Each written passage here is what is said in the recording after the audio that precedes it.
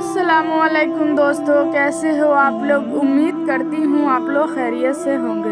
दोस्तों, आज हमारा वाक़या है कुरान मजीद की फजीलत। आज हम कुरान मजीद की फजीलत के बारे में जानेंगे। वीडियो शुरू करने से पहले आप हमारे चैनल पर नए हैं तो चैनल को कर लीजिए सब्सक्राइब।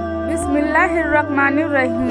कुरान मजीद की फजीलत। कुरान मजीद की बहुत ही फजीलत है। कुरान शरीफ जो एक आसमानी किताब है और अल्लाह का कलाम, ये है हमारे आखिरी नबी मोहम्मद सल्लल्लाहु अलैहि वसल्लम पर नाजिल हुई। साथ ही साथ दुनिया में सबसे ज्यादा पढ़ी जाने वाली किताब है। कुरान की फजीलत हिंदी में इससे पहले आने वाली सारी आसमानी किताबें रद्द हो गई और कोई भी अपनी असली हालत में नहीं है। ये सब कुरान शरीफ के नाजिल होने के इससे भी आबाद हुए हैं। इससे भी आप कुरान की फजीलत का अंदाजा लगा सकते हैं। कुरान करीम आज भी अपनी असल सूरत में है और इंशाअल्लाह क़यामत तक कुरान मजीद में कोई बदलाव नहीं आएगा। अल्लाह ने इसकी जिम्मेदारी ली है। अल्लाह ने कुरान मजीद के अंदर हर वो बात बता दी है जो इंसानी जिंदगी के लिए जरूरी है। कुरान मजीद के अंदर लोगों के लिए हिदायत है। ये बाबरकत किताब है, हमें इस पर फख्र होना चाहिए।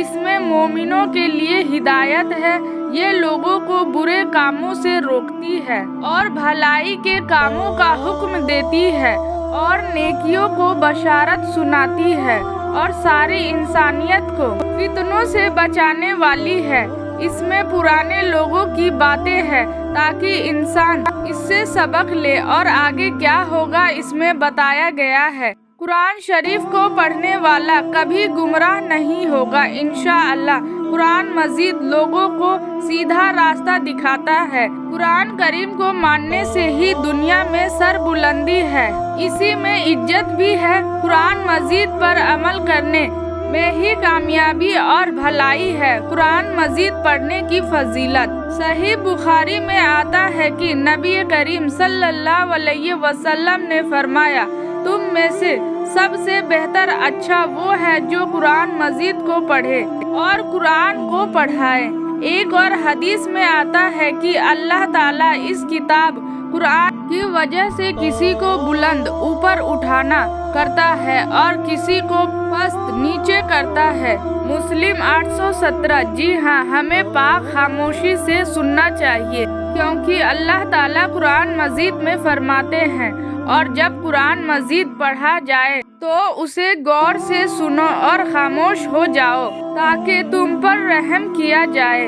अराफ 204। कुरान पाक की इस आयत से हमको पता चला कि कुरान पाक का खामोशी से सुनना अल्लाह के यहाँ रहम का जरिया बनता है। कुरान अटक अटक कर पढ़ना। कुरान मजीद को अटक कर पढ़ने के बारे में हदीस में आता है कि जो शख्स कुरान मजीद को अटक अटक कर पढ़ता हो और उसको पढ़ने में काफी दिक्कत तकलीफ होती हो तो उसको दुगना सवाब मिलता है। मुत्तफ़क़ अलैह। उम्मुल मोमिनीन आयशा रज़ी अल्लाहु अन्हा से रिवायत है कि रसूल अल्लाह सल्लल्लाहु अलैहि वसल्लम ने फरमाया, जो शख्स कुरान मजीद के पढ़ने में माहिर हो वो होनरेबल और नेक फरिश्तों के साथ होगा। मुत्तफ़क़ अलैह। इसलिए हमें चाहिए कि हम भी कुरान मजीद को रवानी से पढ़ने की कोशिश करें। अगर नहीं आता है तो कुरान मजीद को उसके जानने वाले से सीखे। अल्लाह हमें इसकी तौफीक दे, आमीन। कुरान शरीफ पढ़ने के बारे में बहुत सारी हदीसें ऊपर बताई गई है। कुरान के एक एक हर्फ पर 10-10 नेकियां मिलती है। अलिफ लाम मीम में अलिफ एक हर्फ है, लाम एक हर्फ है और मीम एक हर्फ है। इससे आप अंदाजा लगा लीजिए कि कुरान मजीद कितनी फजीलत वाली किताब है। कुरान का हक क्या है? कुरान शरीफ पर ईमान लाना और उसके मुताबिक अमल करना। कुरान शरीफ में जिन चीज़ों को हराम बताया गया है उसे हराम मानना और जिन चीज़ों को हलाल बताया गया है اسے حلال ماننا، قرآن شریف کی تبلیغ کرنا، قرآن شریف میں جو بتایا گیا ہے اس پر عمل کرنا، یہی اصل قرآن شریف کا حق ہے۔ قرآن کو ترجمہ کے ساتھ پڑھنا۔ حدیث میں آتا ہے، حضرت ابو ذر رضی اللہ عنہ فرماتے ہیں کہ رسول اللہ صلی اللہ علیہ وسلم نے مجھ سے ارشاد فرمایا، تو صبح کو جا کر اللہ کی کتاب کی ایک آیت سیکھے، یہ تیرے لیے 100 رکعت سے بہتر ہے، اور تو صبح جا کر علم کا ایک بار سبق سیکھے، چاہے اس پر اسی وقت عمل کرے یا نہ کرے، یہ تیرے لیے 1000 رکعت نماز پڑھنے سے بہتر اچھا ہے۔ ابن ماجہ 219۔ قرآن شریف کو ترجمہ کے ساتھ پڑھے یا بغیر ترجمہ کے، دونوں میں انشاءاللہ ثواب ملے گا۔ اگر کوئی اس کو ترجمہ کے ساتھ پڑھتا ہے تو اس کو قرآن شریف کی فضیلت کے بارے میں پتہ چلتا ہے، اور قرآن میں جو احکامات بتایا گیا ہے انسان وہ جانتا ہے اور اسے اپنی زندگی میں لانے کی کوشش کرتا ہے۔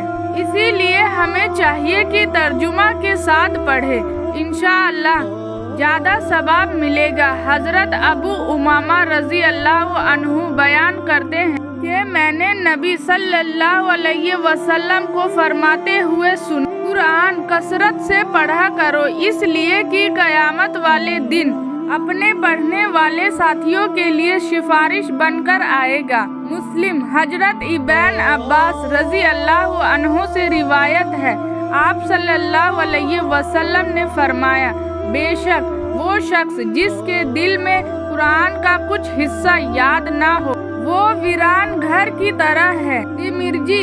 یعنی ویران گھر خیر و برکت اور رہنے والوں سے خالی ہوتا ہے، ایسے ہی اس شخص کا دل خیر و برکت اور روحانیت سے خالی ہوتا ہے جسے قرآن شریف کا کوئی بھی حصہ یاد نہ ہو۔ تلاوت کی ادب۔ قرآن کی فضیلت۔ تلاوت کرنے کے آداب ہے جن خیال رکھنا چاہیے تاکہ قیامت کے رات اللہ تعالیٰ کے یہاں قبول ہو سکے اور ثواب مل سکے۔ قرآن کی قرأت صرف اللہ کے لیے کی جائے اور اس کا مقصد خوشنودی اور ثواب ہو۔ وضو کر کے قرآن پاک کی تلاوت کرنا چاہیے۔ تلاوت کے وقت ہاتھوں کو بنا ضرورت ادھر ادھر نہ ہلائے اور نہ ہی بنا ضرورت اپنی آنکھوں کو ادھر ادھر نہ پھیرے۔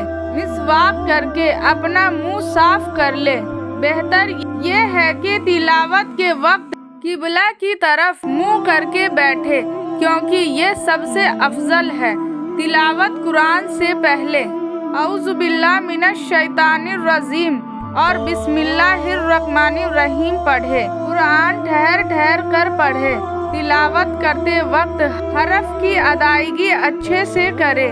قرآن کو تجوید کے قواعد کے ساتھ پڑھے۔ جتنا ممکن ہو قرآن کو اچھی آواز میں پڑھے۔ قرآن کی تلاوت سنتے وقت خاموش رہنا واجب ہے۔